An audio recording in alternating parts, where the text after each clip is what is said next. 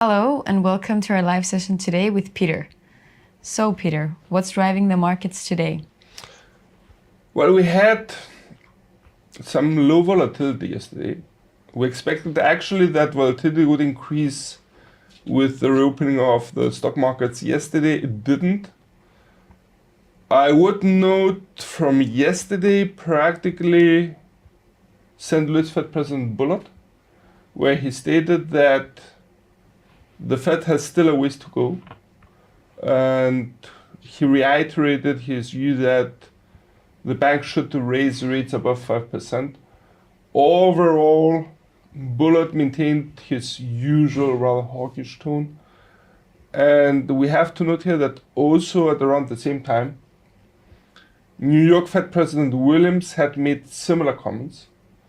And they tend to provide some support for the US dollar, but still it was not at such a substantial level. I would note that most probably the market has already digested the idea that the Fed's going to continue hiking rates, but probably at a lower pace. And it's characteristic that it has priced in the December meeting a 50 basis points rate hike. So practically, I wouldn't expect, if there's nothing extreme, that Fed policymakers could be shifting right now or are as influential as they were in the past. Didn't we also have some comments by ECB President Lagarde yesterday? Yes, she actually took the markets by surprise. ECB President Lagarde yesterday stated that she expects that inflation has not peaked yet. And that is slightly in contrast with market expectations about November's HICP rates, which are expected to slow down. Now, should Lagarde be correct, that would imply practically that the ECB is going to be continuing its monetary policy tightening at a rather fast pace. And that could be providing some support for the euro. It was characteristic yesterday that besides ECB Lagarde, also Germany's Bundesbank President Joachim Nagel had made some comments. He was a little bit more aggressive. And he stated that monetary policy must ensure that inflation drops to 2%. Practically, what he actually said was, monetary policy must ensure that the high inflation goes away. And given the bank's target of 2%, we added that. So we see that there is, I wouldn't say a wider, but some alignment towards curbing inflationary pressures. And there's also some alignment that interest rates will have to be raised and possibly the QE will have to be tightening. Are there still protests in China? Actually, yesterday we didn't have any. And it was characteristic that Chinese authorities deployed a heavy police presence in major Chinese cities. There were no substantial protests reported. And the question is whether the Chinese will be reopening or not. There have been wide rumors which tended to push US stock markets higher. Asian stock markets higher. That China will be easing its strict COVID rules. And should that be the case, we may see the market sentiment improving, which in turn could be supportive for risky assets, while at the same time may weigh on safe havens. I would be noting in the FX market, especially the Aussie, which has also close ties with China, while definitely we would expect the improved sentiment to support stock markets, also for US stock markets. And I would also be noting oil.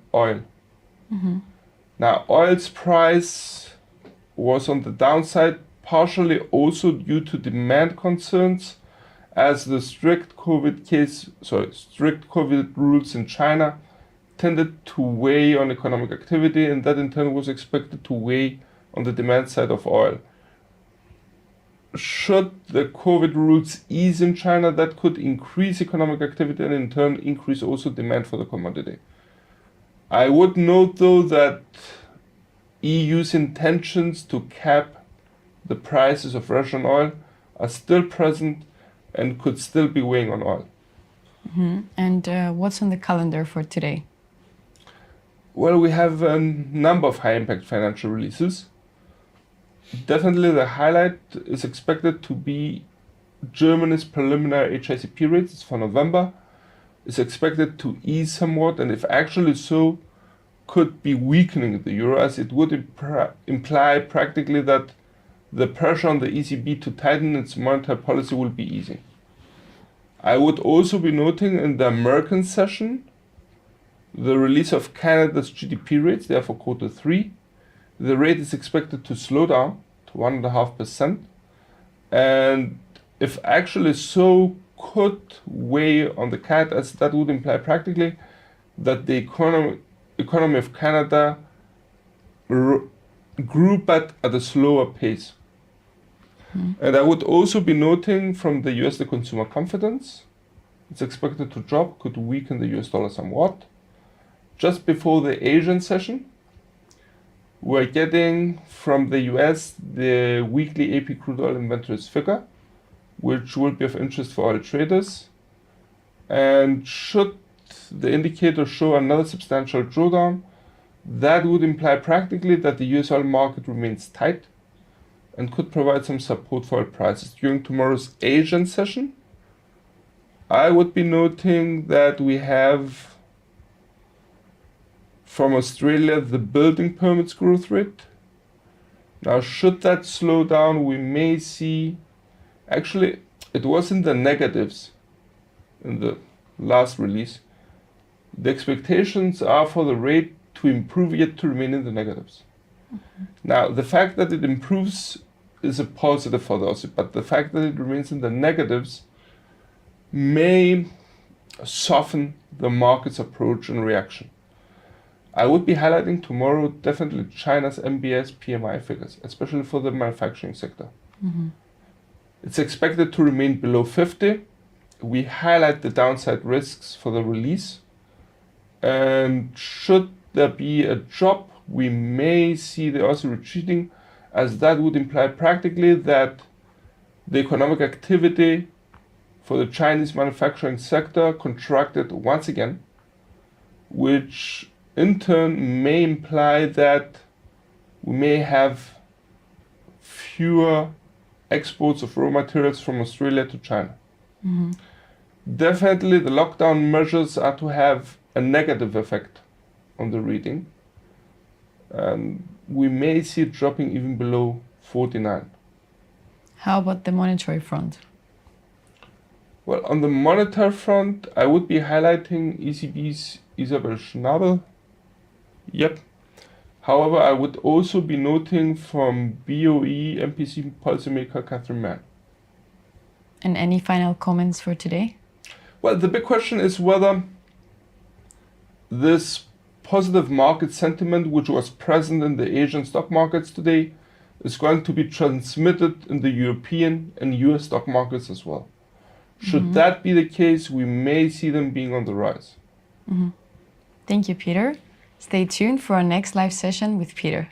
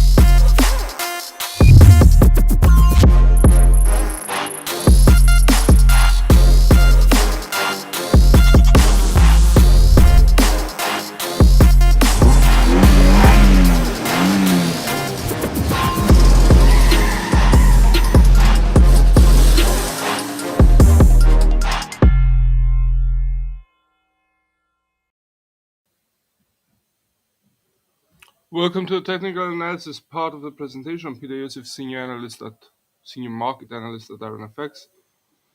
Now in front of your screens you have the US dollar index. It's the 4-hour chart.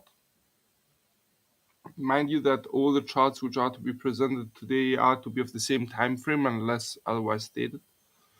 With no time to waste, we note that the US dollar was on the rise yesterday, slightly, but still. And definitely the 105.55 was not broken and remains a support line. Let's correct this as it is colored as a resistance line. And let's go hunting for a new ultimate resistance level. I would be noting this one, with the next being here. Let's color this in red. And it would be the 110.90 resistance level.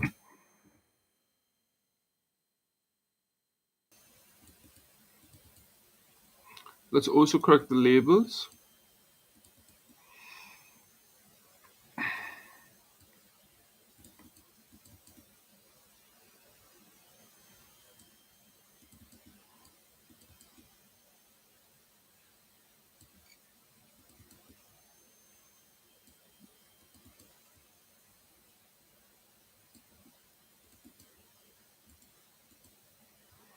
S3 now is being set at 101.30.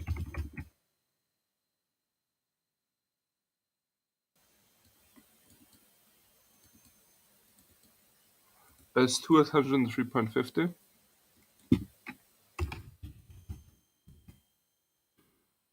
S1 to be placed at 105.55 given that the index was unable to break below it.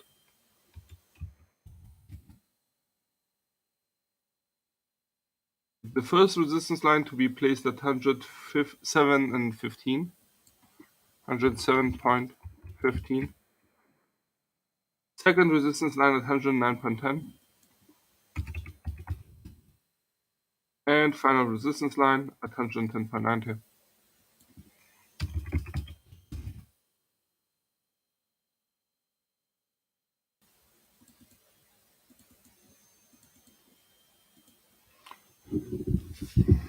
I think it's clear that the US dollar index for the time being remains in a sideways motion.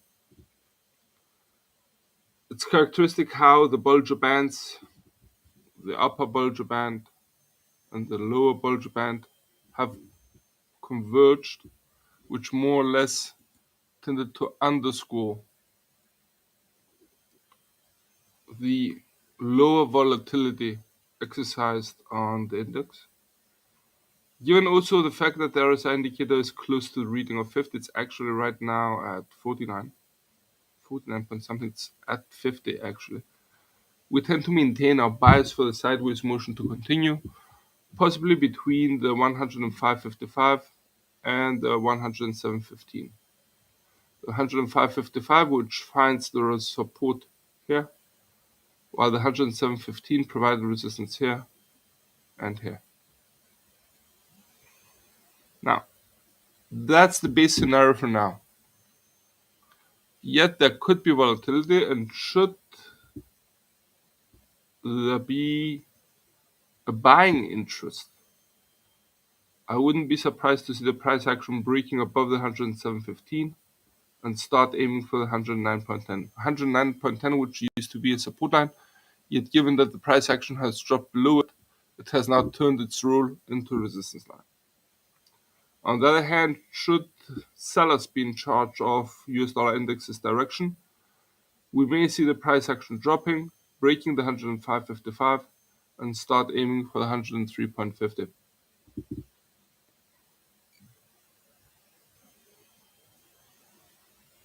Let's have a look now at Euro USD.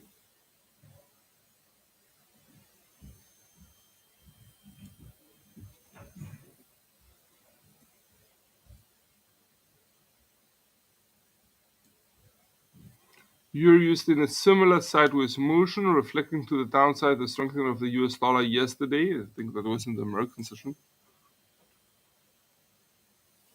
Yep. And we tend to maintain our bias for a sideways motion, also given that the RSI indicator is at the reading of 50, implying a rather indecisive market like before. It's very, very characteristic how USD driven the pair is. And the big question here is whether the release of Germany's preliminary HICP rate for November will be getting or will be providing some of the initiative towards the euro or not. In any case, for the time being, we tend to maintain a bias for a sideways movement between the 1.0485 resistance line, which provided resistance here and here, and the 1.0345 support line, providing support here and resistance here. Now, should the bears take over, plausible, despite not being probable scenario, but still it's a possibility. We would expect the price action to drop, break the 1.0345, and start actively aiming for the 1.0220. Mind you, how the level provided support and was able to reverse a downward movement into a wider upper one. It's a beautiful V-shaped one. Hence, we underscore the significance of the S2. On the other hand, should the bulls take over, we would expect the price action to rise like it did yesterday. And mind you that it went all the way from the S1 to the R1 within 8 hours. So it's a total feasible scenario that the price action rises, breaks above the 1.0485, and starts aiming for the 1.0605 in the next 24 hours, should the bulls take over. Another question which is quite interesting is how far back do we actually go from this level? And we are in the daily chart. It hasn't broken above it since the 1st of July. So we're talking about here 4 months, 5 months, including November.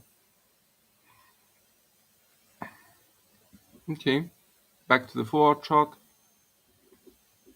Readjusting it. Let's have a look at cable, GBP USD, in a similar sideways motion. Broken below it, and actually now it's very, very characteristic how the 1.2020 is providing resistance. To tell you the truth, I would to recalibrate fully this pair. Let's do it now. Definitely the first resistance line remains at this peak here. It's as fresh as it gets, and in my opinion it's pretty valid. Let's have a look further down the road.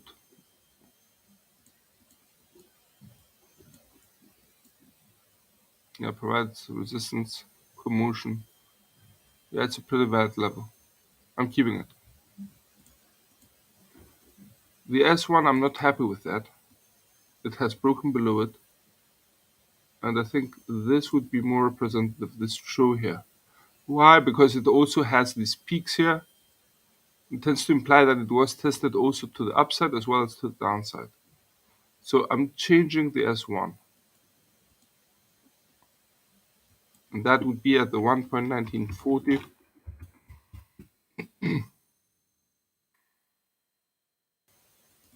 Locking this in. I'm also about to change the S2. Taking this throw here, this shadow, it was tested once, twice, also to the upside. It's preferable than the previous level at 1.1707, sorry.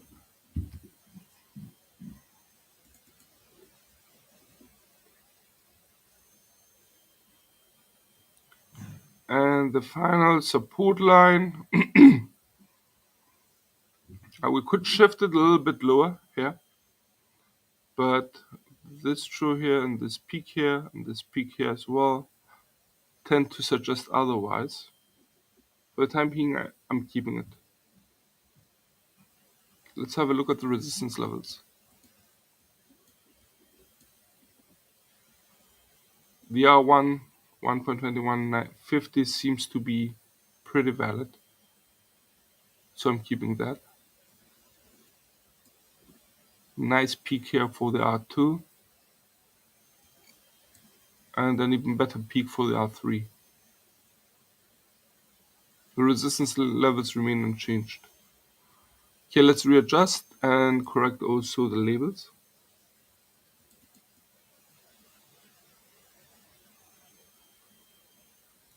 So practically a little experiment yesterday with narrowing the corridor which in cable has been moving failed.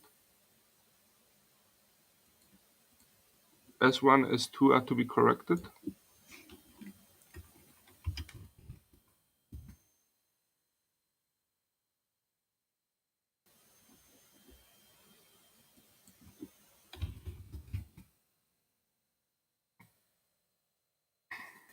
And we did exactly that. So for the time being, we tend to maintain a bias for sideways motion for cable as well, given that the price action remains between the boundary of the S1 and the R1. Mind you that the RSI indicator below a forward chart is at the reading of 50, also implying that some stabilization is in process here. Should the bears take over, I wouldn't be surprised to see the price action dropping, breaking the 1.1940. I would require a lower true than this one, and starts aiming for the 1.1705, which hasn't been tested since here. To the upside, should the bulls take over, we may see the price action rising, breaking the R1, which was marked practically by the peak here, and breaking the R1 1.2150 and start aiming for the 1.24.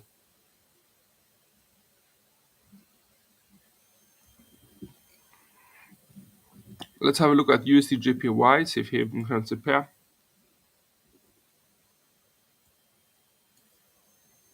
Now there's a big question here. The big question is, okay, definitely we have to readjust the levels.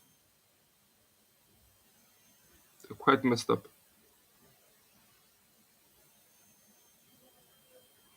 The R1 has been broken to the downside for a third consecutive time. It's time to go.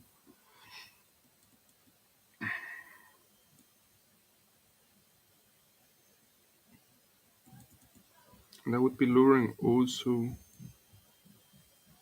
this.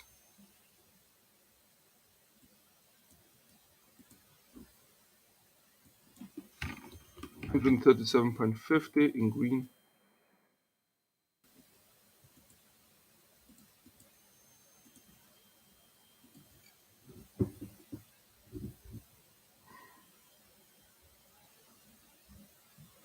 The 142.40 could be lower. At 142.15.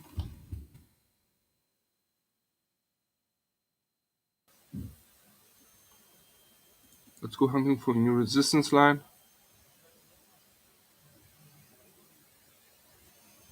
We have a level here. And the level becomes evident because you can see the true here. It was a downward motion, found support at this level, and backed back up.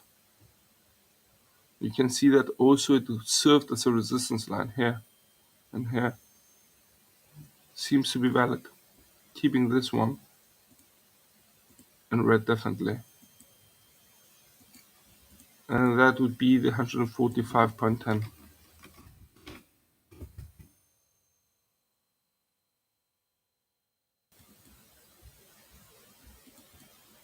I'm definitely going to be widening also the support lines. The distance between the support lines, however, we have to go back here. Okay, The S1 seems to be standing.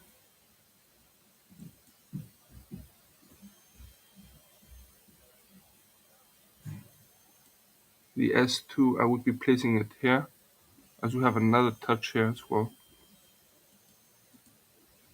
135.80.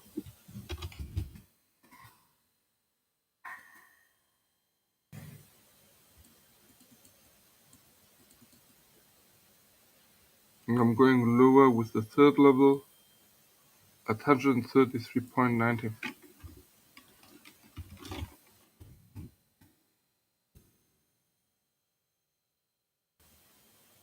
Let's correct also the labels.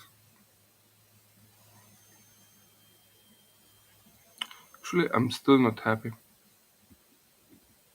going to be widening this.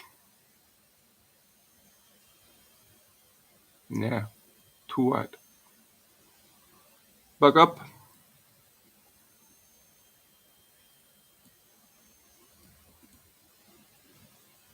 135.80.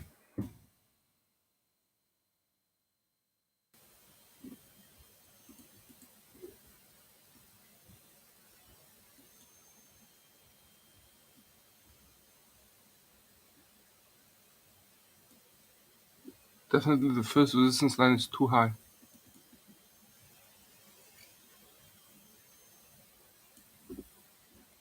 Let's go back a little bit. Nice touch here. Nice touch here. Okay, seems to be valid. 143.80.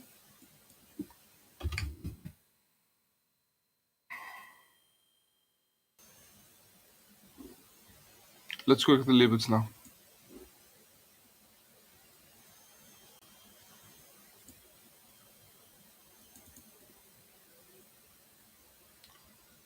Third resistance line being placed at 143.80. Second resistance line being placed at 142.15.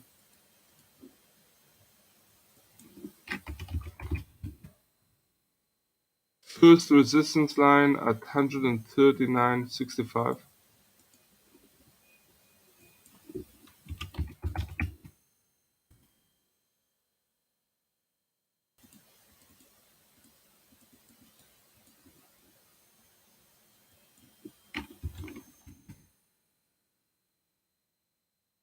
And let's go for the support lines. 137.50.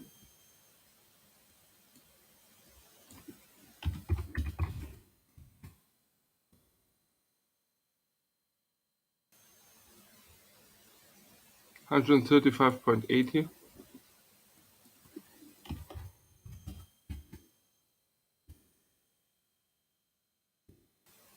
And 133.90.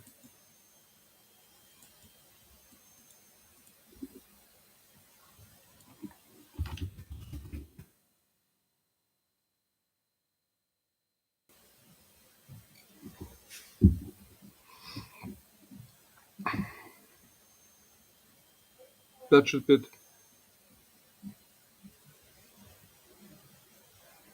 Definitely, we tend to maintain a bias for a sideways motion for now, and the reason why is because the downward trend line has been broken here. It's something which, it's not a simple shift to the right here. It's a clear break in my opinion, despite the bearish tendencies which were present during today's Asian session and the early European session. So for the time being, we tend to maintain a bias for a sideways motion between the 137.50 and the 139.65. Now, for us to readopt a renewed bearish outlook for USD/JPY, we would require clear breaking of the 137.50 and a breaking of this level just to mark a lower true than this one. I would require the next true to be somewhere here.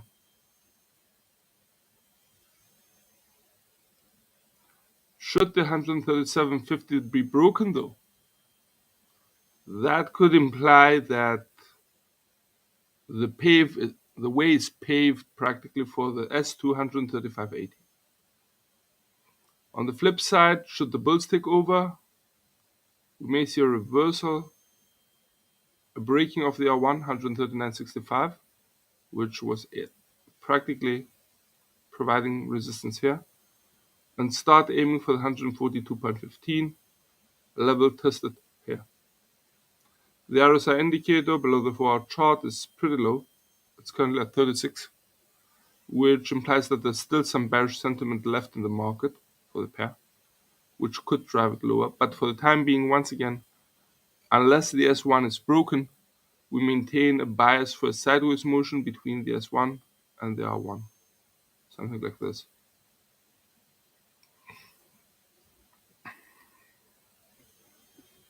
Okay, let's have a look at USD CHF. USD CHF, which seems to be on the rise.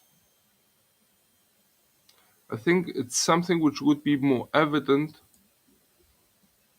You can start here. See how we have higher trows and higher peaks. It's just been forming. Let's drill to the 1-hour chart. Oh yeah.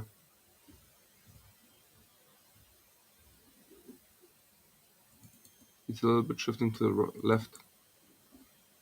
Back to the 4-hour chart. So I think we could be addressing here an upward motion.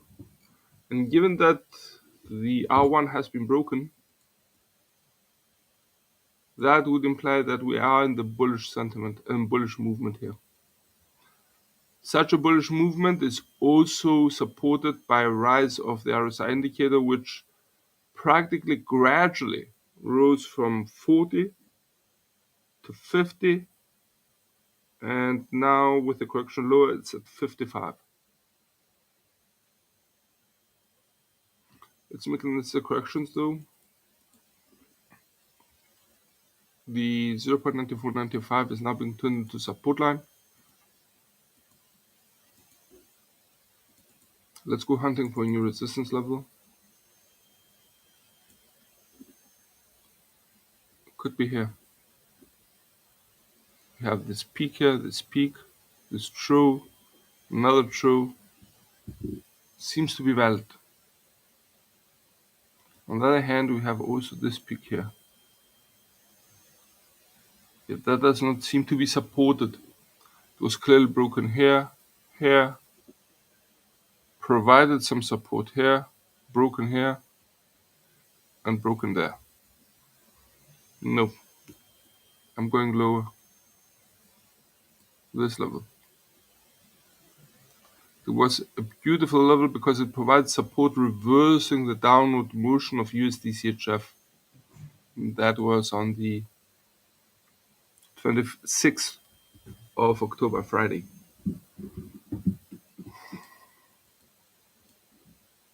Let's color this in red. And it would be the 0.9850 price, nice round figure.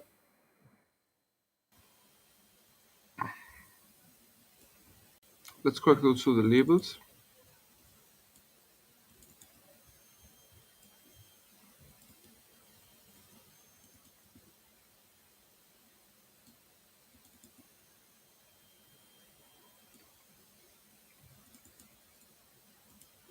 The S3 now is being placed at 0.9285,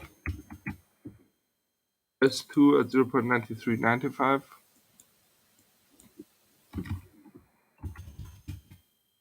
S1 at 0.9495, clear 100 pips distance, R1 being placed at 0.96, R2 being placed at 0.9735, and the R3 at 0.9850.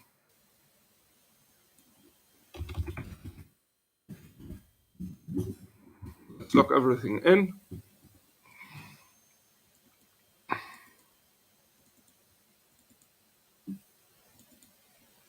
So for the time being, given that the price action has broken above the S1, R1 now turned to S, given that an upward trend line has started to form, we tend to maintain a bias for a bullish outlook here. There is a catch, and the catch is that there are actually two catches. The first is that the upward trend line is quite fresh. It's a mere 24 hours. So it's a little bit uncertain. That's one. The second is see how the price action practically corrected lower after hitting on the upper Bollinger Band. That may slow it down somewhat and may even correct a little bit lower. The question is whether that correction would be turned into a sideways motion or not. For the time being, we maintain our bias for a bullish outlook.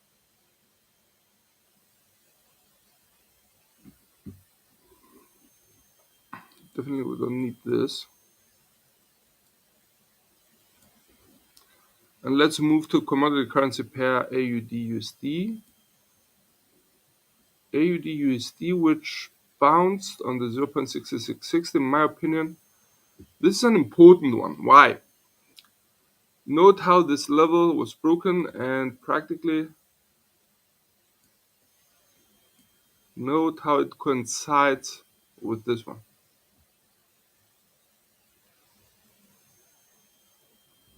So I think we're having a verification of a new support line at 0.6635.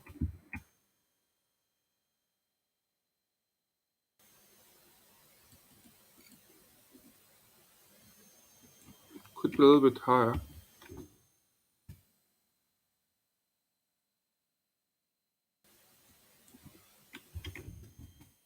$66.40. Keeping this one.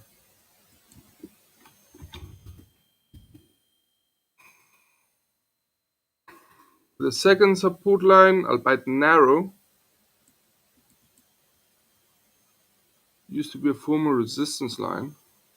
You can see the touches here and here, and given that the price action has now moved above it, has now turned its rule into its support line. However, I would like to see more info here. Let's draw a little bit further back. Yeah. Now I'm keeping this. Seems pretty valid. As I'm keeping also the S3. Due to the touches here, aiming here, aiming here. Seems to be valid. To the upside, we have the 0.6795. Let me have another look at the R2. Nice touch. Nice touch as well. The second one here. Okay, they're valid. Keeping them as well. Readjusting the chart. For the time being, we tend to maintain a bias for sideways motion. The R1 could be 5 to 10 pips lower, given that we have this peak here. But I think this double touch here, beautiful M formation, double top, tends to be more valid, so I'm keeping that. So for the time being, we maintain a bias for sideways motion of AUD-USD. Mind you though that the fundamentals are to play key role in this direction in the next 24 hours, especially should a reopening of China be verified. That could be providing substantial support for those. On the flip side, should the strict lockdown measures be reinforced or even be reiterated, that could weigh on the Aussie somewhat. I would also be noting that we have tomorrow a number of releases which are of interest for AUD traders. Australia's building permits, as we have mentioned before, and China's MBS manufacturing PMI figure, especially the latter, would be closely watched. For the time being, we maintain a bias for a sideways movement between the R1 and the S1. One catch, one small word of warning here. Note the RSI indicator. It has risen, broken above the reading of 50. It's currently at 57 and seems to be rising. So that may imply that there are some bullish tendencies for the pair. Yet for the bulls and the bullish outlook, we would require clear breaking of the 0.6795. I would like to see the upper boundary of the current sideways motion to be broken before actually adopting a bullish outlook for the pair. In such a case, that would be paving the way practically for the 0.6915. To the downside, and should the bears take over, I wouldn't be surprised to see the price action dropping, breaking the 0.6640, marking a lower trend than this one. And I would like to see the pair testing the 0.6545. For the time being, though, once again, we remain in a bias for sideways movement between the R1 and the S1.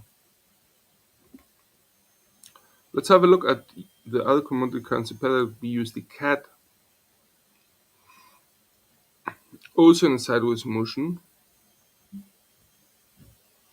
One could widen the first resistance line and practically place it on this peak here.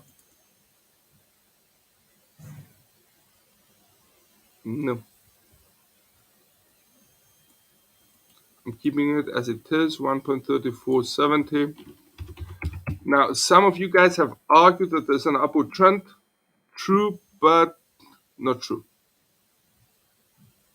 And the argument was that you could connect an upward trend line like this. In the long sense, and if we're talking about the daily chart, I think that would be more obvious.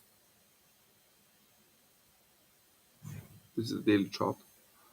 But given that the price action is going to be discussed, is being discussed by us for the next 24 hours, I think that's not valid yet. By the way, this is to be deleted. So I think this was a more valid upward trend line, and it has been broken. While you could also argue the same thing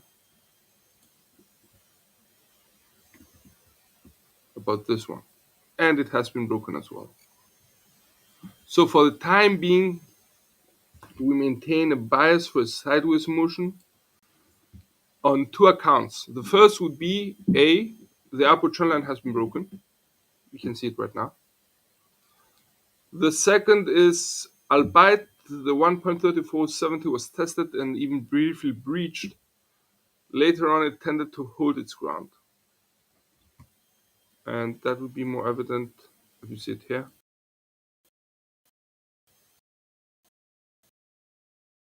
Another issue which tends to imply we may be seeing a ceiling for the action. And the third element would be the RSI indicator, which tends to remain or has approached, if you prefer, the reading of 50. It's actually right now at 57. And it's not dropping much. It's rather stable. So overall, I would expect the sideways motion to be maintained between the 1.3470, the upper resistance line, and the 1.3320, the lower resistance support line. I would expect it though to remain closer to the 1.3470. For a bullish outlook, I would require a clear breaking of the 1.3470. I would also prefer, if possible, to see the price action rising higher, correcting a little bit lower, testing to the downside the R1, which will be by then a support line, and correcting once again back up. That would be providing me with a new upward trend line, and after the R1 is broken, the next possible target could be the R2, 1.3570 in my opinion. It was a level which was tested to the upside and to the downside. So that seems to be pretty valid. In case we actually see a bearish outlook,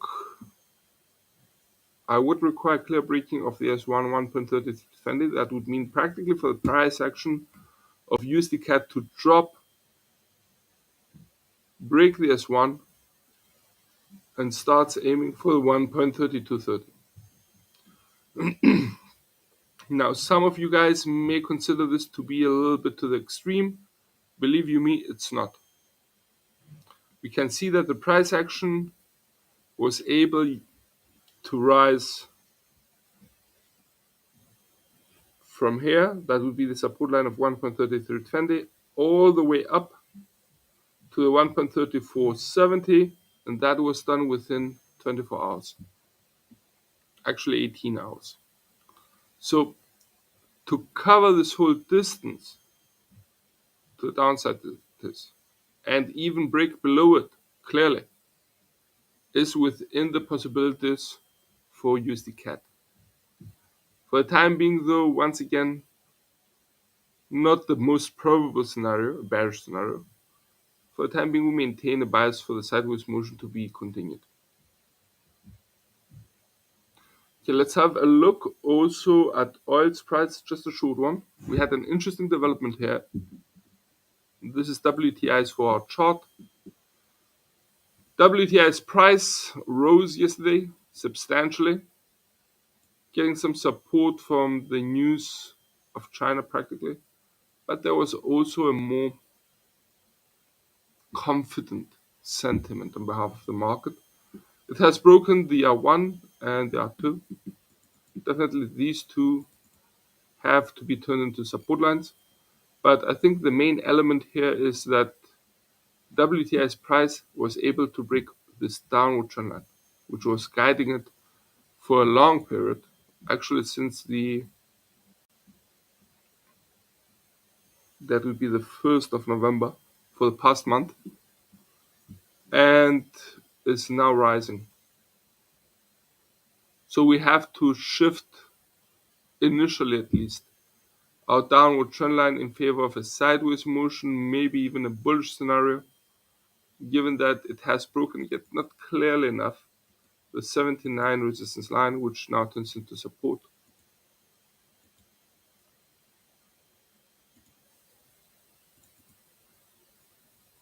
Also, the R1 is to be turned.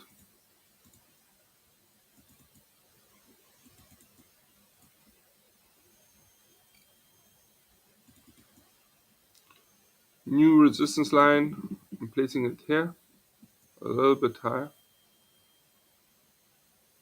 even higher. No.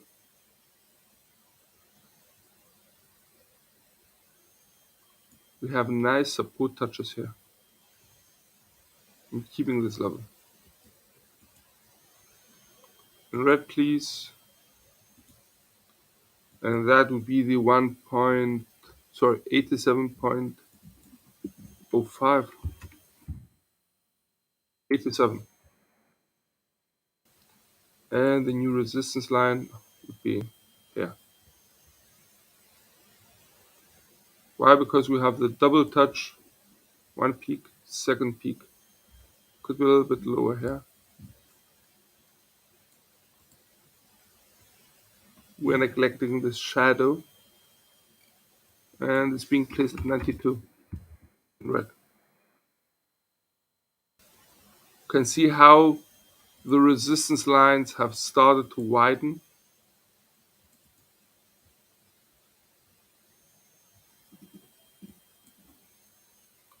And for the time being, we tend to maintain the idea that the commodities price could be having an upward trend line, but it's a very, very steep one. Look at it. I would like to see more corrections to the downside, which probably will be shifting the upward trend line to the right. But the potentials for the bulls are there. Anyways, from all of us here at IronFX, best wishes for solid trading.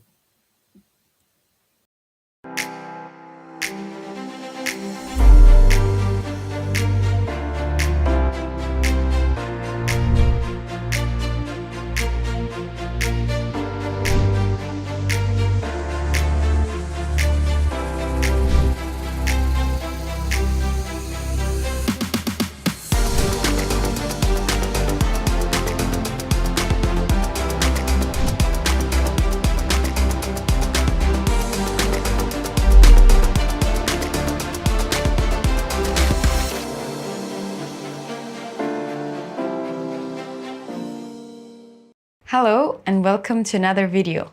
We already looked at different trading strategies in a previous video. In this video, we will have a look at what a trading strategy consists of. So, a trading strategy is based on three key decisions: the precise entry point into the market, the precise level to take profit, and third key decision is the precise level to exit. Traders base the strategy around these three key decisions. When you build your own trading system, you should base it on a number of things. First, decide on the trading style you're comfortable with. Are you a trend follower, a day trader, or a long-term trader? Secondly, formulate the rules of the system and set rules based around the three key decisions. What are the conditions to enter a buy? What are the conditions to sell? What happens when the market moves in unexpected direction? And what will you do if the market moves against you?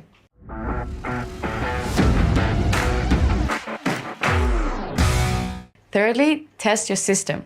The first step in testing your system is by observation. Look at the price chart to check whether the system is profitable. If it is, then you can test it more thoroughly with larger amounts of data and on various financial instruments. Fourthly, backtest the system. Backtesting the system using trading robots can determine whether the system will be profitable. The reports that can be generated can display information about profit factors, average losses, wins, and more. Fifth is forward testing. When you have a clear system with its own set rules in place, forward test it before you trade with your money. You can do this by trading on a demo account, and you will see how the system behaves in a real trading environment by testing with live prices. You can also make any necessary adjustments to your system. Hope you found our video useful. Thank you for watching.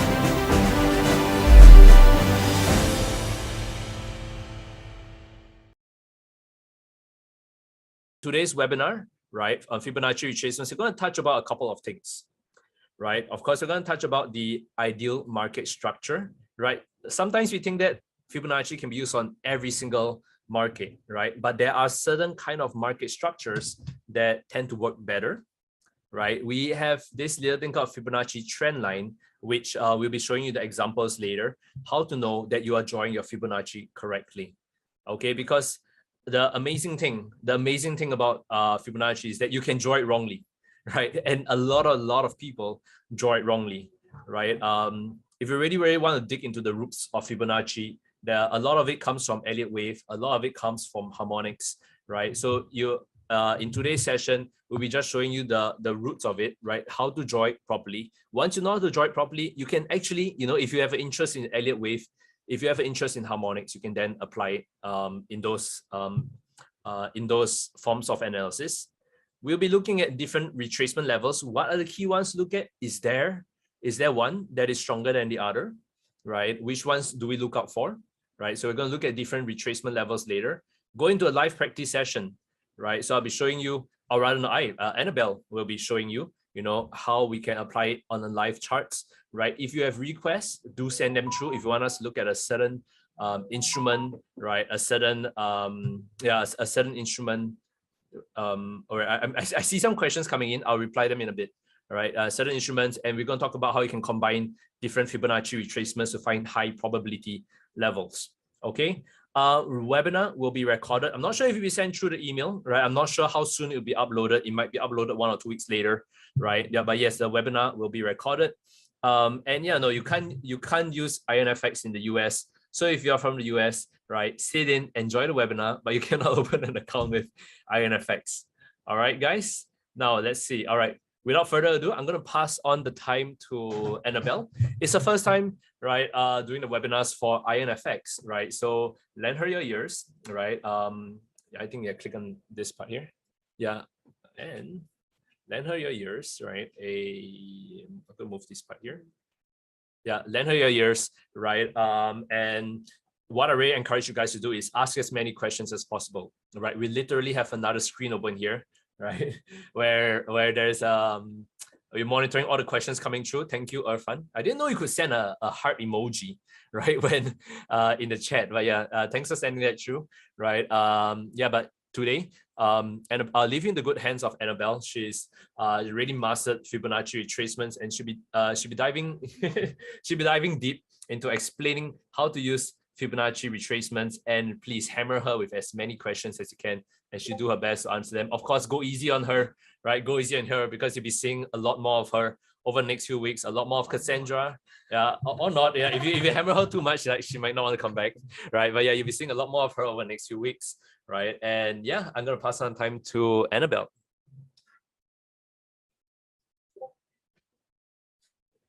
Hi guys, I'm Annabelle. Yes, yeah. That's right. Yes, Desmond wants to test me. Okay, so going forward, I'll be hosting the session. So today we'll be talking more about the Fibonacci retracement. Hi, Irfan. Yeah. Hi. Okay.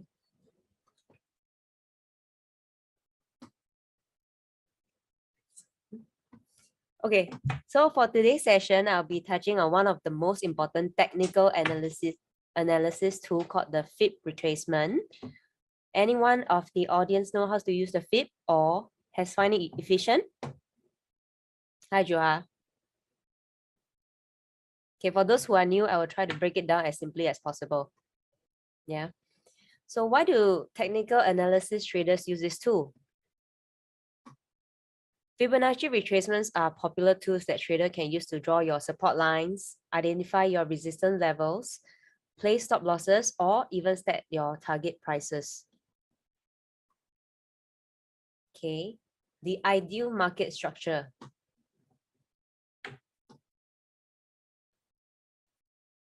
Okay, firstly, you need to know how to draw the Fib as accurately as possible, meaning to say you might need to adjust your time frames for a clearer market structure, like possibly maybe if you're always looking at the 15-minute chart, your market structure might not be as clear as a 1 hour or a H4 time frame.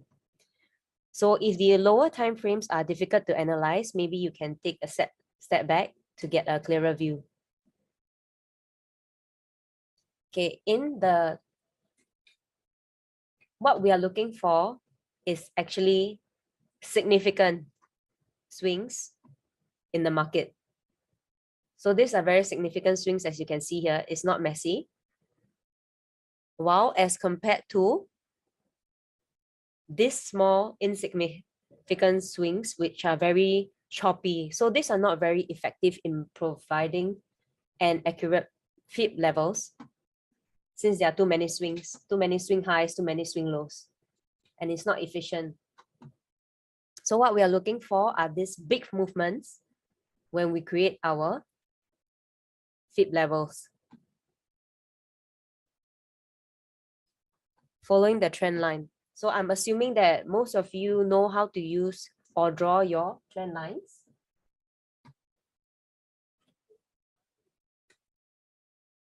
Give me a minute. I need to pull out I want to pull out the charts. Yeah. Okay. Just click the Chrome.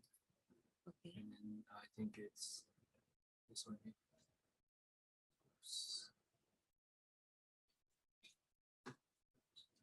Oh, where are the charts? Sorry, give us a minute while we pull out the charts.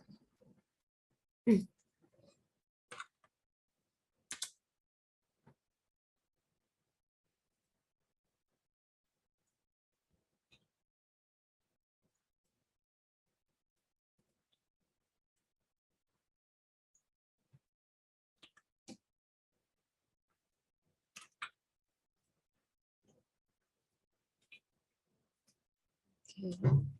So maybe a quick refresher on how we draw the charts, how we draw a trend line.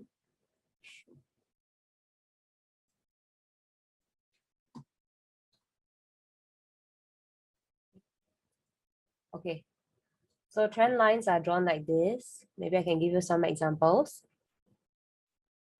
This will be the ascending trend line. We usually try to get as many points as possible for the ascending. And then this will be the descending trend line.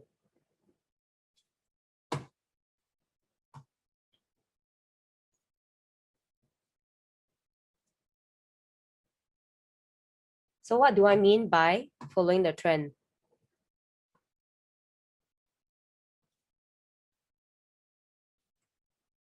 Okay, so you can see that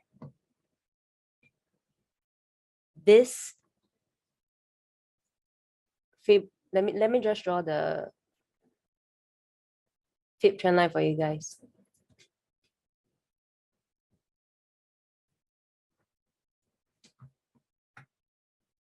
No, no. Okay.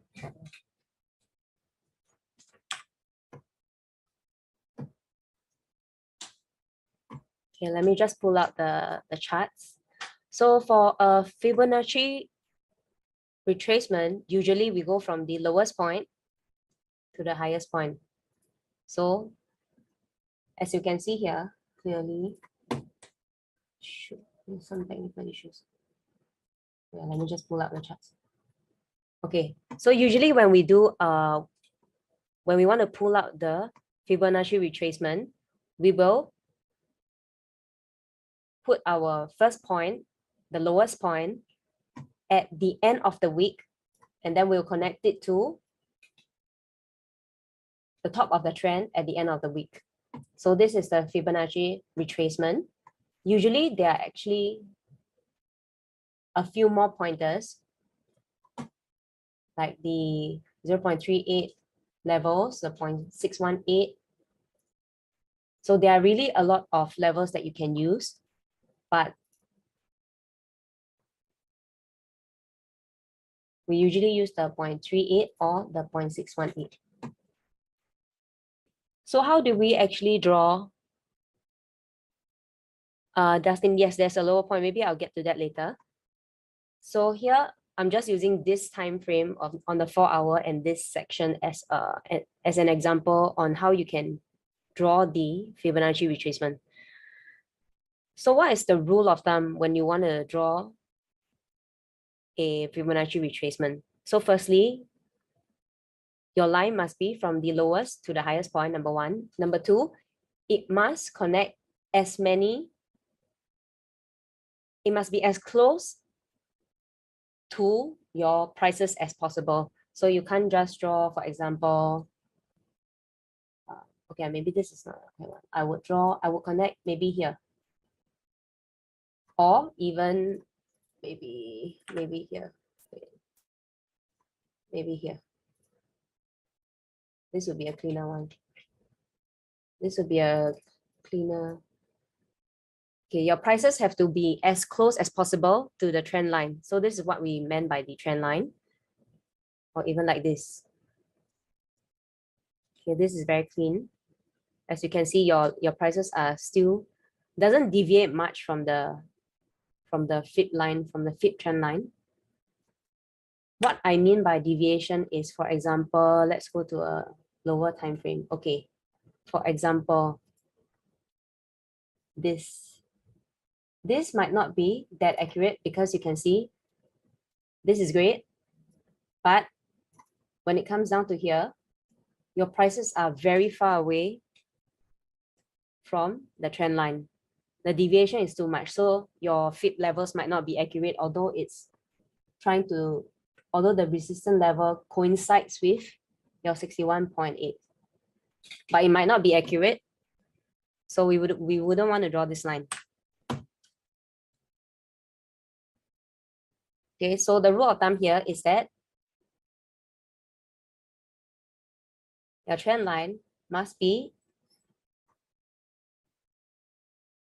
as close as possible to your prices and do not deviate too much from the price structure. Okay, let me go back to this. Okay.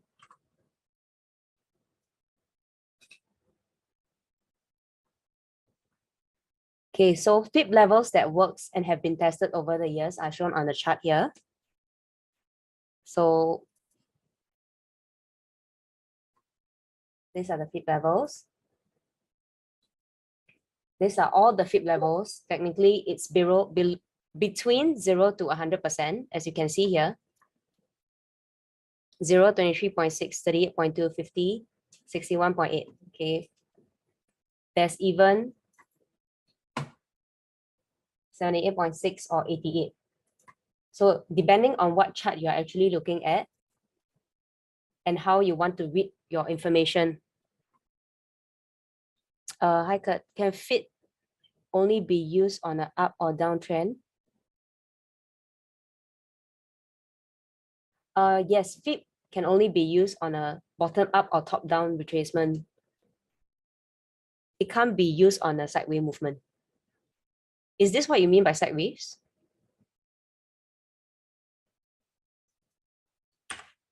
Okay, so there are a lot of Fib levels. It's depending on how you want to read your charts. So for example, if I go on a 4-hour time frame for the yen, okay, I would draw my retracement level this way.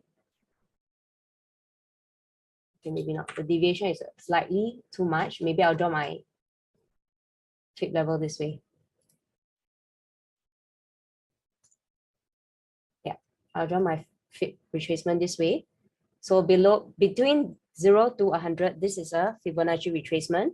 And you can see that it's going back to test the 50%. So once your Fib level breaks any of these levels, is considered as invalid. So now it's going back, you can remove the 38.2 and the 23.6. So now it's only testing the 50% resistance.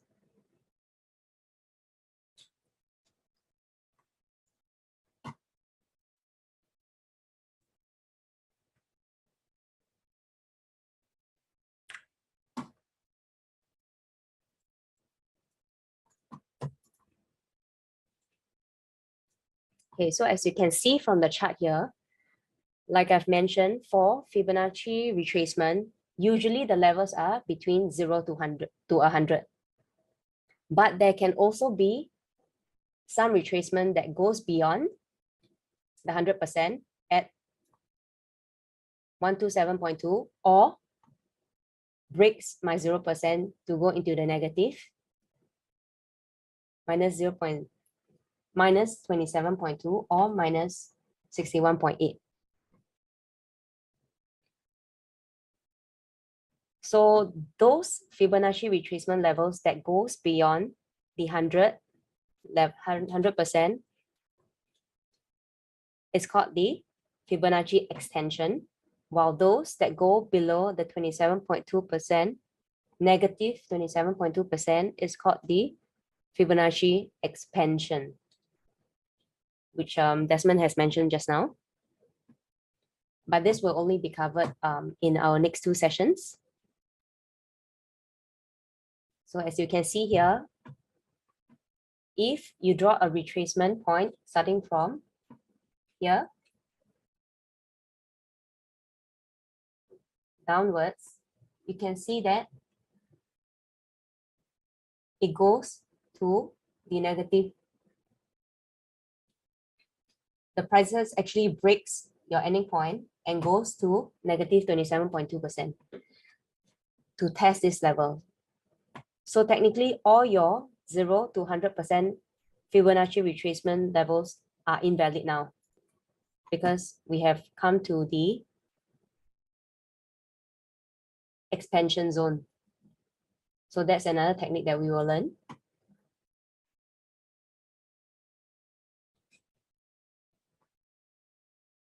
As well as this Fib levels that goes beyond 100%. For example, if you put your point here and then you retrace and it goes beyond your 100% level and it breaks it, your 0 to 100% FIB retracement level wouldn't work. And now we are going to the extension and test at the 161.8. These are all covered in our next two sessions.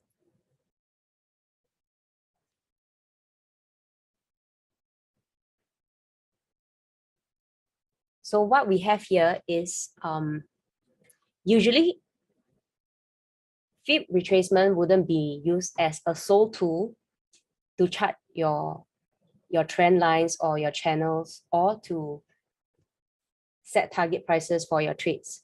We usually combine your extension, retracement, expansion, and projection, all these tools together to make your information more accurate so that you can enter a trade or exit your positions. So over the next few webinars, we'll be covering that and how you can combine all together the extension, expansion together with what you have learned today to make it more accurate.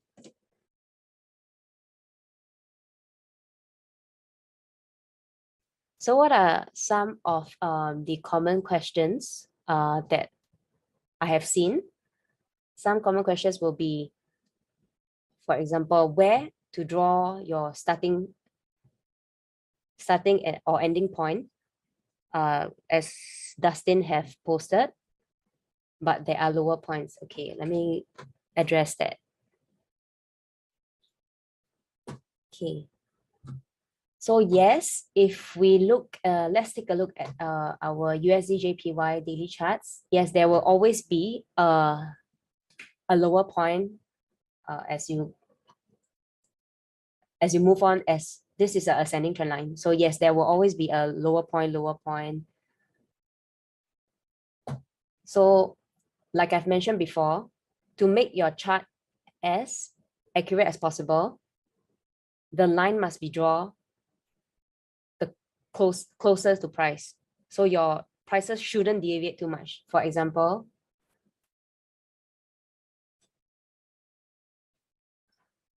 okay, this, let's say, for example, this is the lowest point in this daily frame.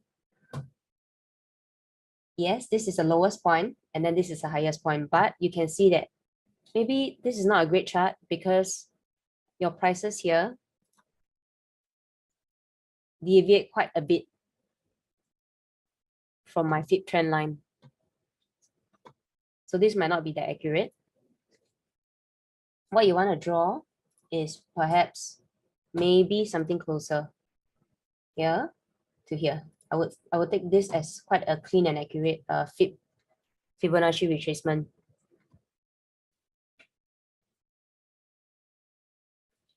So to address the other question, where to draw your starting at any point, usually we will draw your starting point at the end of the week and the end of the FIB line at the top of the week. So let's say, okay, take this for example. Give me a sec. Let me remove some of them to make this clearer. Okay, so for example, we usually draw from the end of the week to the top of the week. The reason being, so this is the daily chart, right? If you move back to a 4-hourly chart, it's still very accurate here and here. If you zoom back to 1 hour, it's still very clear. Okay. Even if you go to the 30-minute, it's still very clean. It still touches the endpoints. But for example, if I draw let's say at the closing price, okay, this might not be good example. Let me find more obvious ones.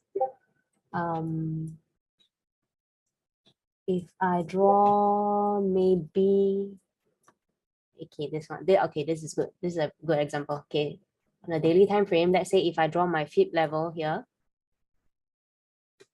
okay, this is quite a clean line. Yeah, I took I took the closing price and the closing price. So instead of placing my price at the end of the weeks, I place my points at the closing and the opening price point. Let's see, okay? So you zoom out. Okay, this might be a bit far. Zoom out. Okay, you see your price. The prices might deviate already because you see your prices might deviate from where we originally put, which is here. So that was a daily chart, and this is the 4-hourly chart. If I zoom up further to the 1-hour chart, it will deviate even further. Just give me one sec.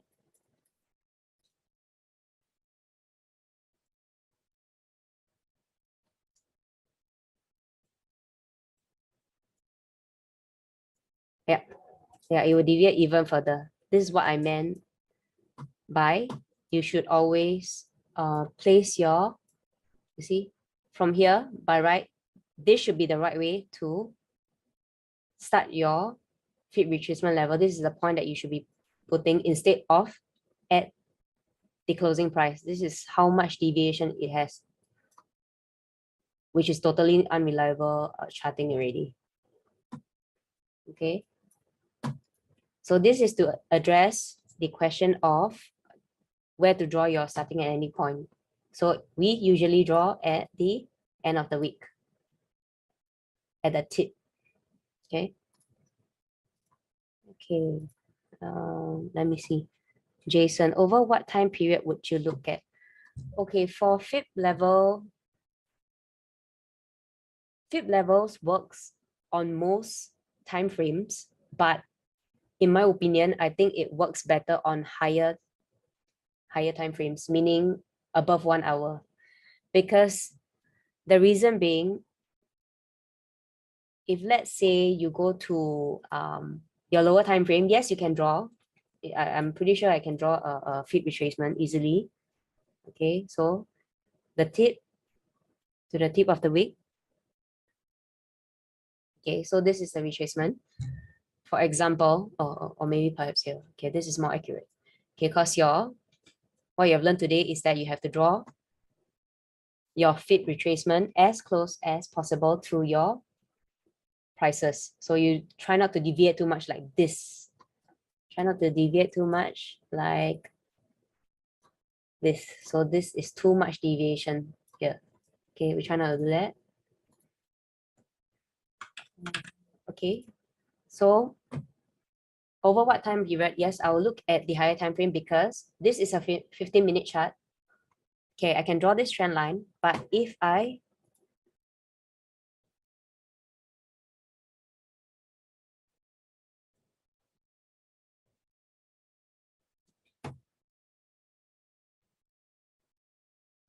zoom out, it might not be that accurate anymore, and it wouldn't cover as much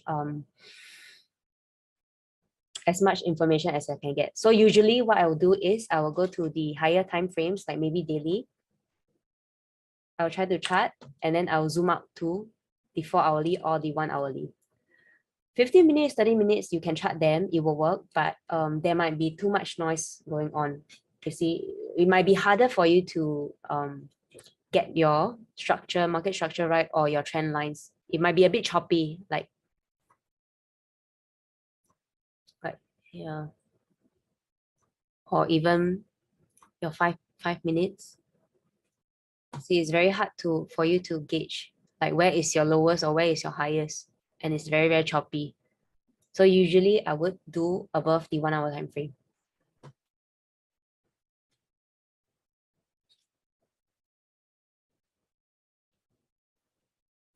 Okay, Irfan commented, to make it short, it's like when we see an uptrend. Okay, so let's see. So when we see an uptrend, we draw from the lowest point of the wick. Yes, correct. To the top of the wick. Okay, yes, correct. Great comment, Afan. Yes, this is what we do, how we do it. So usually when we chart the FIB levels from the lowest to the highest, or from the highest to the lowest, for example, it's trying to make you understand where is the next resistance or next support that is going to test. Okay, so for example, this, okay, this is a bit messy, sorry. Okay, I'll do one by one. So from the bottom of the wick to the top of the wick, this is the ascending trend line. So this will let you know how far it has retraced and which level it's going to retrace or test next. So for example, in this case, it might go to the here. So it hasn't broken the 61.8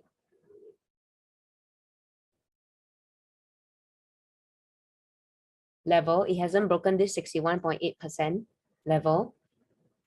So this price might actually come back here to test, or if it breaks, then it will go to the next level at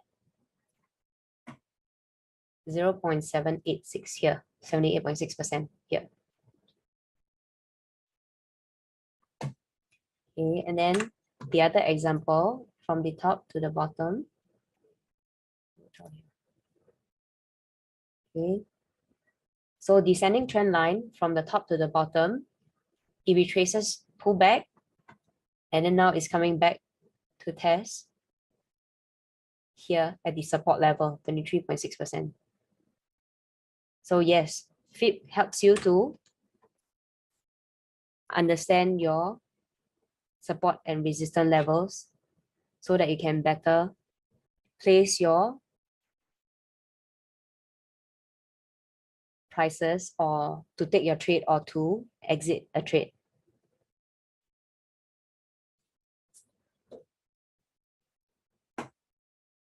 Okay, so I have come to the end of my webinar. Thank you all for being so patient, because it's my first session and I'm slightly nervous, but I hope I have answered or addressed all the important or necessary pointers, characteristics of a FIB retracement charting. So all this will be recorded, and you can actually log on to the IronFX page. Let me just pull up. Thank you, Afan and Dustin, very supportive. Okay, so you can actually go to the IronFX page, go to the past webinars. In a couple of minutes, or probably tomorrow, it will be under the past webinars, where you can actually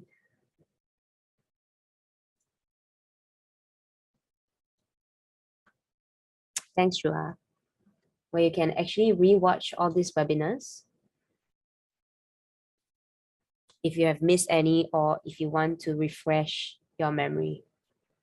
Okay, so any more questions from the audience?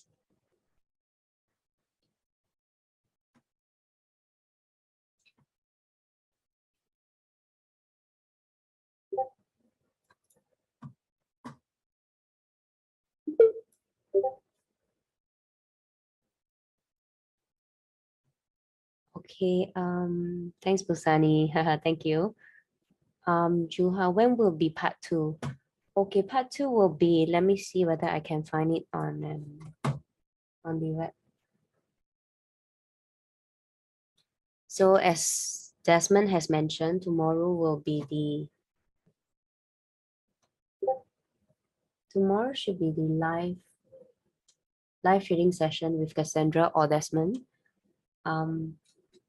If I remember correctly, the part 2 will be next week, on Tuesday, on Wednesday. I can check and let you guys know again. Ryan, is there an area that has high probability of retracement? Okay, to answer that, high high probability of retracement, Ryan, would be, there's no hard and fast rule for this. So to answer that question, I think, in my opinion, to draw a really accurate FIB trend line, FIB retracement, right? So long as there's a trend going on, and then you can find a very clean like this from your bottom of the wick to the top of the wick, a very clean and not so deviated, prices are not so deviated from the line. I think this is considered a good and accurate Fibonacci retracement. So along with this tool, like I've mentioned, there will be others such as the extension, expansion, and projection. Solely this tool might not be a very helpful analysis. You have to use all the 4 tools together to make it as accurately as possible. Yeah, hope I answered that question. Kurt, could you do a live FIB analysis on CAT? Okay, I can try. CAT. Okay, let me see. CATs.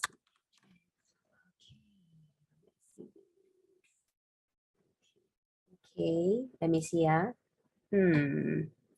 Okay, what I usually do is I like to go to the daily chart first before I narrow down or go downward into the lower time frames. Okay, overall, it looks like it's on the ascending trend line. It's upward bias, bullish. Okay. Although I can see like maybe a lightly double top. Okay, prices are rejecting here. Okay. Okay, let's go to. Okay, this is slightly choppy and slightly ranging. I wouldn't think a FIB retracement here would be a great choice unless it's paired with your extension, expansion, and projection. Because like the key to drawing a retracement, right, is being a very clean, but a clean chart. But here it's too messy for me to draw any. So honestly, I wouldn't chart it here. But if I were to chart it, I will probably chart here to here. This might be quite clean as we are looking for the significant movements before we chart anything. This is quite significant. Prices don't need. Pointer 1 is we look for significant swing highs and swing lows. Number 1. Number 2, we are looking, before we chart the Fibonacci retracement, we also want this line to be as close to my prices as possible. So if you were to do this, I wouldn't consider it a very clean chart, but this, I think, is quite clean because your prices don't deviate too much. Okay, so this currently your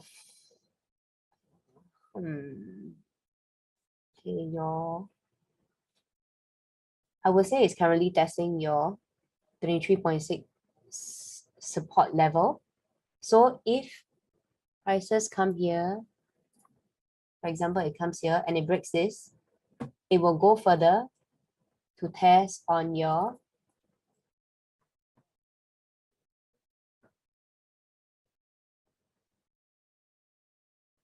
60.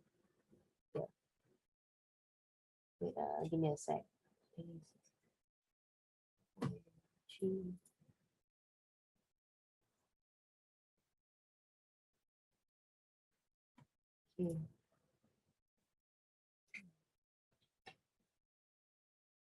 Yeah, it has broken the 38.2, so I would remove this.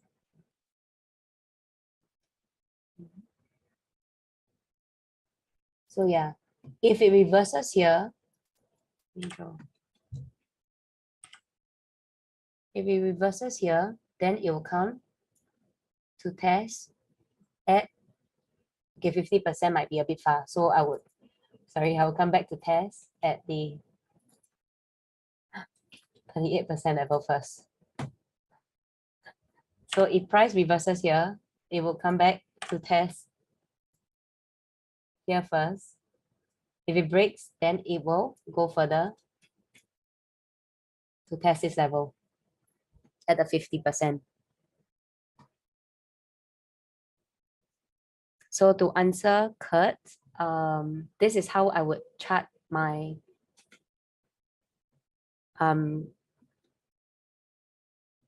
how I would chart this instead of oops.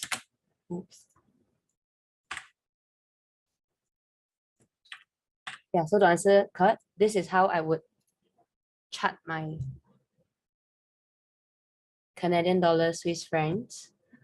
But it will be better if this tool is used together with expansion, because on its own it might not be that accurate. But yes, this is how I will chart it. So if price reverses here, it will come back to test the 38.2 level, and then if it breaks here, it will test at the 50%. Else, if it goes downward, it will be testing this key level here.